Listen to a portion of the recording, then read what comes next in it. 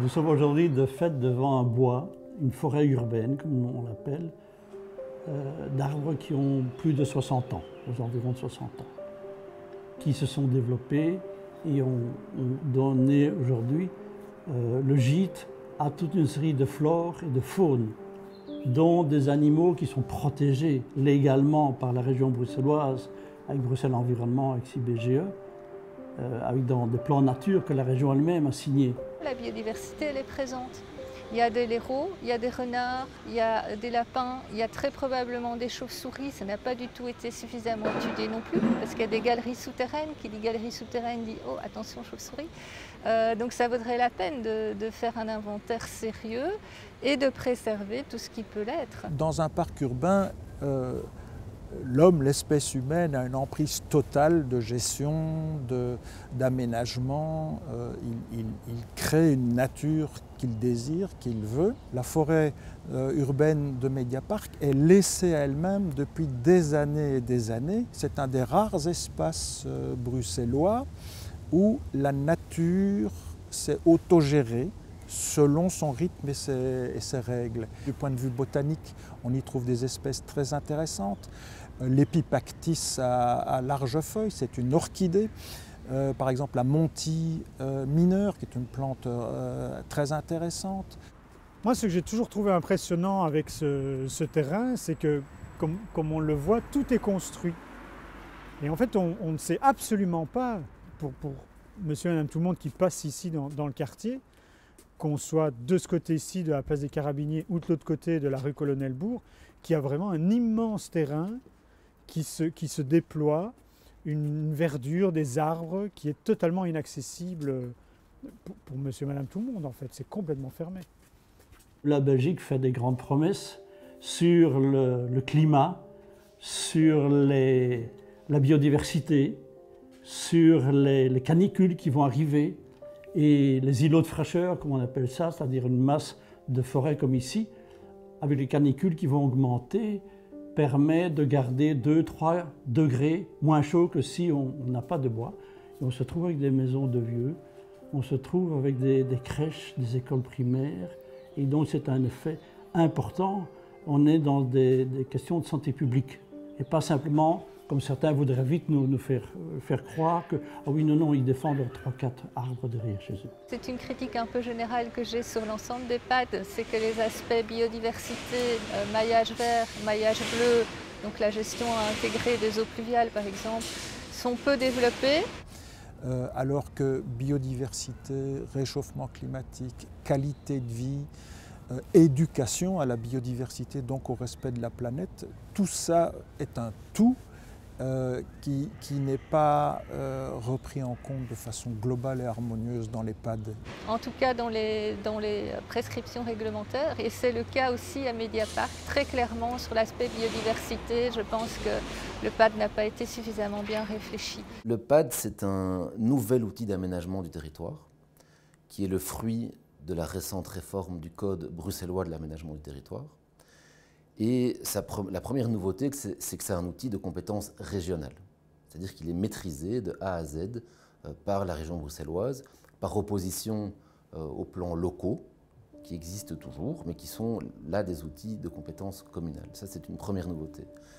La deuxième nouveauté, c'est que c'est un outil qui permet à la région de traiter à l'échelle de pôles stratégiques de 5 gros sujets, que sont la question des affectations du sol, la question des caractéristiques des bâtiments, donc la hauteur, l'implantation, la question des espaces publics et du paysage, la question du patrimoine et la question du stationnement et de la mobilité. Ça, c'est les 5 gros sujets qui sont, je dirais, traités par l'outil PAD, avec encore une nouveauté, c'est que cet outil est conçu pour avoir la capacité de déroger, si ça s'avère pertinent, à des réglementations existantes, donc par exemple le plan régional d'affectation du sol ou le règlement régional d'urbanisme.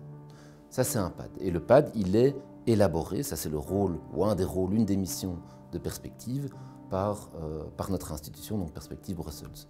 Et une fois qu'il est approuvé et qu'il est entré en vigueur, il revient à la SAU, qui est, je dirais, l'homologue opérationnel de Perspective, de mettre cette stratégie en œuvre, c'est-à-dire de coordonner les chantiers, d'inscrire les budgets là où il est nécessaire de les inscrire, d'organiser le phasage des opérations, etc., etc. Il y a un manque là réellement pour la biodiversité. Bruxelles Environnement fait ce qu'il peut et il le fait très très bien, mais avec une marge de manœuvre faible. C'est un point de vue. Il faut quand même rappeler que de manière tout à fait systématique, alors c'est obligatoire de toute façon, mais c'est une bonne chose, chaque projet de plan est accompagné d'un rapport sur les incidences environnementales, qui est transparent, enfin qui est public, et donc l'accès à l'information est tout à fait transparente. Et la question de la biodiversité est une des thématiques qui est étudiée chaque fois de manière systématique. Après, on peut toujours trouver que ce qui est proposé concrètement est suffisant ou insuffisant. Dans des parcs comme ça, où s'est développé pendant cette période de confinement qui a duré plusieurs dizaines d'années, tout un système avec une faune et une flore qui a été très protégée finalement, il faut à un moment trouver un compromis entre les vivants. C'est-à-dire qu'ils soient animaux ou humains, de dire qu'à un moment, ce parc doit préserver le plus possible les arbres. Donc l'état phytosanitaire est fait pour voir qu'est-ce qui doit être protégé, conservé, etc. Mais c'est vrai qu'on peut tomber dans une sorte de fascination pour une sorte de jardin secret, comme ça, et de dire que l'homme va bousculer ce système. Mais en même temps, un parc en ville, c'est quand même très important par rapport à des habitants qui n'ont pas grand-chose.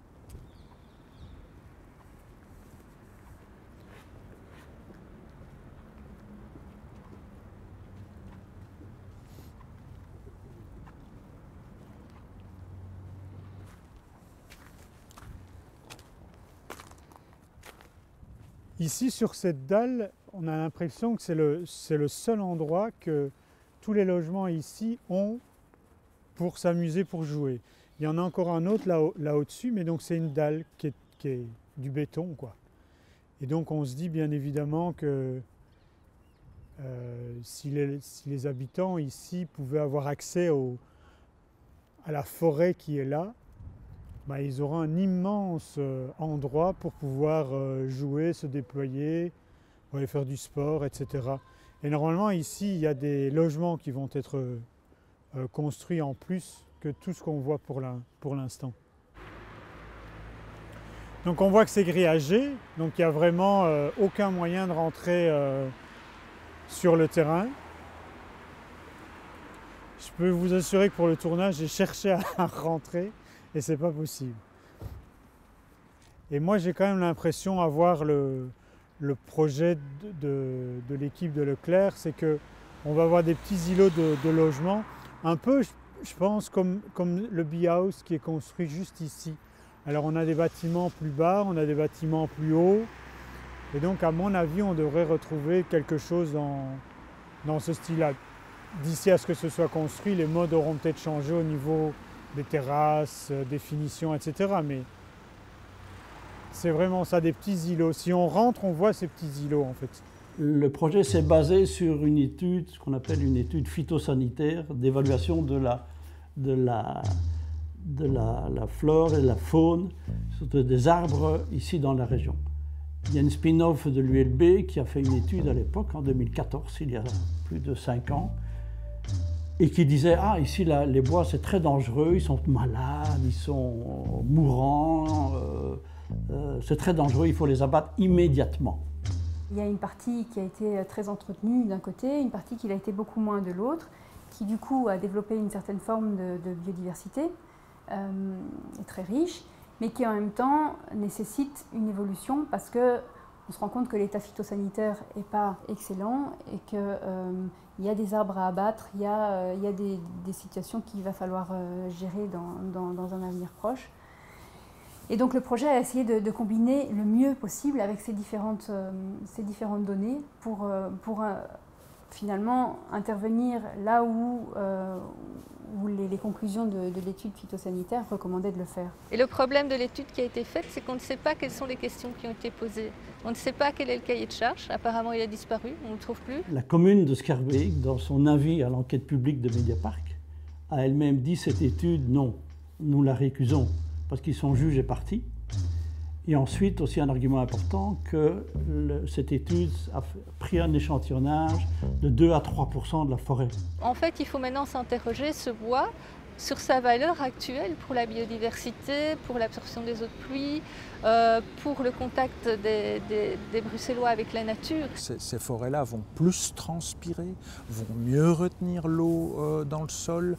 Le recyclage de la matière au sol va fixer de la matière organique, donc beaucoup mieux fixer du CO2 qu'un parc urbain. La production d'oxygène va être plus grande, la surface des feuilles, la surface totale des feuilles. Il y a 15 000 arbres, 15 000 ligneux, des centaines et des centaines d'arbres. Le service de dépollution de l'air, de production d'oxygène, de régulation du cycle de l'eau va être beaucoup plus important que dans un parc. Si on multiplie ce genre de forêt urbaine à gauche et à droite, globalement ça va avoir un impact au niveau de la ville. Et puis je reviens toujours à la biodiversité, on pourra voir des choses qu'on voit là et pas ailleurs. Par exemple, j'ai oublié de citer tantôt, une plante très intéressante, c'est la dame de 11 heures, l'ornithogale en ombelle. On la rencontrera jamais dans un parc, on pourra la rencontrer là-bas. Et sachant cela, est-ce que ça ne vaut pas la peine de le préserver beaucoup plus que ce qui est prévu dans le PAT qui va pratiquement tout couper et replanter ?